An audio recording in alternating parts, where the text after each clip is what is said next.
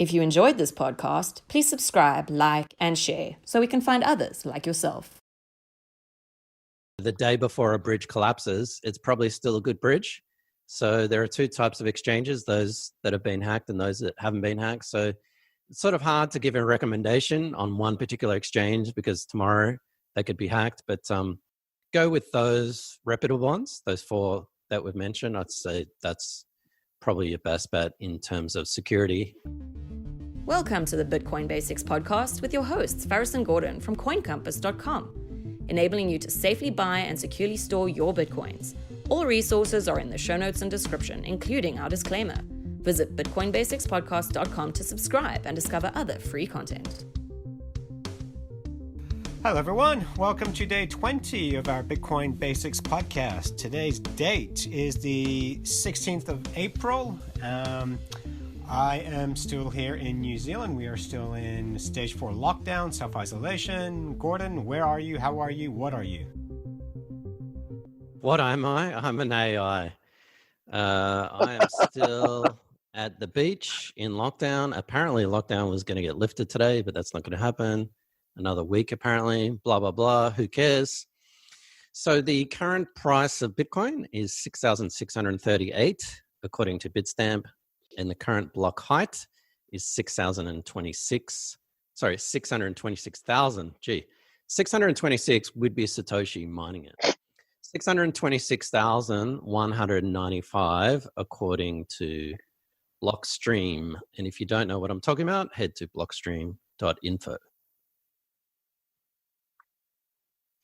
All right, thank you for that, Gordon. So just a reminder to everyone, we're doing a 30 Days of Bitcoin series. You submit any questions you want about Bitcoin. There's no question too silly, too small. This is the basics. To do so, please go to coincompass.com/ask. Gordon, what is today's question? Hi, Faris and Gordon. I'm a new listener. I've been enjoying your podcast. I have a little experience trading Bitcoin, but I've been away for a while. So my first question is, in the last 3 years, would you say that trading platforms have become more secure? I have family members who would like to get started trading Bitcoin as well. And they asked me recently what they should do to get started. So do you have any advice for them? What would be the first step for them to do? Okay. Well, thank you for that question. I'll just give a brief one here. So I actually don't really trade Bitcoin that much anymore myself. I definitely don't trade it on margin. I recommend Bitstamp simply because they've got a two-factor authentication and they're very liquid. I have used others in the past. But yeah, I think I'll actually throw it to Gordon for this one. There are some other ones that we recommend. I think Binance is one if you want to get into your altcoins. But yeah, Gordon, you probably got more experience in this than I do, at least more contemporary experience. I thought you were going to give your joke about how to make Bitcoins, how to trade Bitcoin. I'm a one-trick pony. I need fresh material every time. All right, fair enough. Yeah, I'm like Faris as well. I don't really trade that often because, hey, it's the best way to lose your money. But firstly, an annoying answer. And for those people listening to this on the podcast, we have 3 previous episodes where we delved into trading, how to trade Bitcoin in 2020, part 1 and 2. And we did a recent question on Bitcoin trading platforms. So I will link all those in the show notes, and you may want to have a look at those for a longer explanation. Have trading platforms become more secure? Yes, I think they have been. Then again, the hackers have become more sophisticated with email links and whatnot. But at the end of the day, the same security hygiene should be used. So that's stuff like using a secure computer, using a password manager, using a separate email from your personal or work email, using 2FA, two-factor authentication, using a VPN, and et cetera, et cetera, and et cetera. If you have no idea what I'm talking about, we did a whole 5-video series on how to improve your security hygiene, which I'll link in the show notes. Essentially, when it comes to security, there are 2 parts to it. There's something that you control, which is all the things that I just mentioned. But then there's something that you can't control, which is the exchange's security. So you may have the best security in the entire world, but if your exchange is insecure, then that's it. So obviously, as Faris said, choose an exchange that is reputable. Faris mentioned Bitstamp and Binance. I would highly recommend both of those. They have excellent security practices. I would put in Kraken and Coinbase Pro into them as well. But as I mentioned in a previous podcast, the day before a bridge collapses, it's probably still a good bridge. So there are two types of exchanges, those that have been hacked and those that haven't been hacked. So it's sort of hard to give a recommendation on one particular exchange because tomorrow they could be hacked. But go with those reputable ones, those 4 that we've mentioned. I'd say that's probably your best bet in terms of security and using your security hygiene. Do you want to learn how to safely buy and securely store your Bitcoins? CoinCompass.com is running a free 2-hour webinar on Sunday, 31st of May. To register and for more details, visit CoinCompass.com/webinar. So Gordon's raised 2 really good points there. One is what you can control, and what you can control is your own security hygiene. So before you go logging into an exchange and buying Bitcoin, you want to make sure you're doing it from a safe computer. You're actually protecting your online identity and doing everything you can for your own operational security. And this is why we say with Bitcoin, there's a lot you need to know before you buy Bitcoin. And that's what our video series, which are now available for free, do teach you just good internet practice.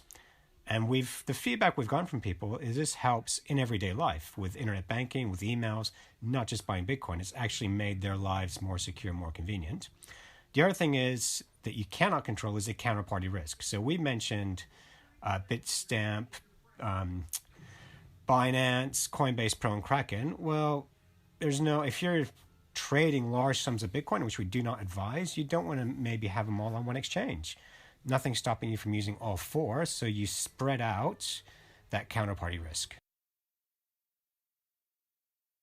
Yeah, that's an excellent point, Faris. So not your keys, not your Bitcoin is one of the memes that is no more apparent nowadays. If you leave your Bitcoin on exchange, then that exchange get hacked, you've lost it. So as Faris said, maybe spread them out into 3 or 4 exchanges. So at least if one of the exchanges gets hacked, you've lost 25%, which is not great, but hey, losing 25% is better than 100%. So I guess the second part to that is how to get started. That's pretty straightforward.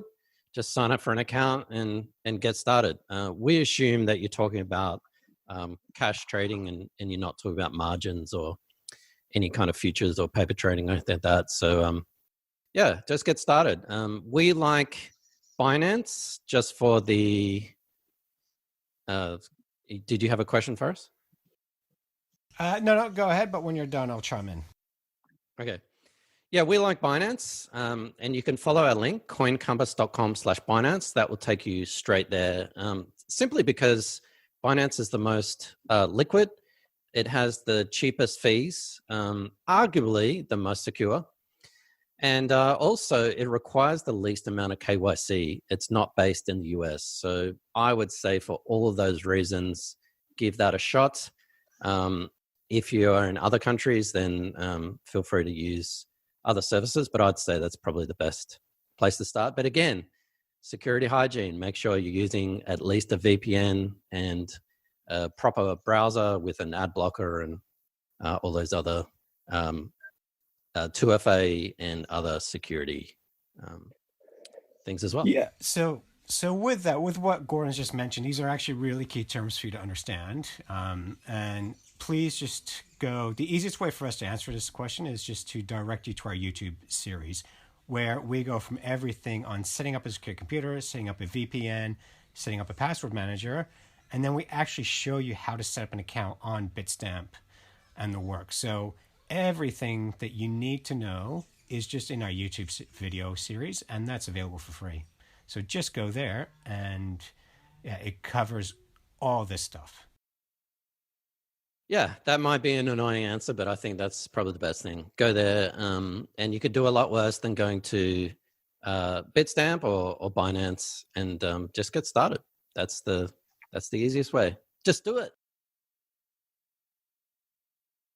Oh, thank you, everyone. And just a reminder that, Gordon, we've got a free webinar coming up for exactly this, showing people how to buy Bitcoin. When is that webinar? And how do people register? That's a fantastic question, Ferris. CoinCompass.com/webinar. And you mentioned only 50% of the important things, how to buy Bitcoin. The other 50% is how to store your Bitcoin once you've actually bought it. So we take you through that, and we show you some practical hints and tips and best practices.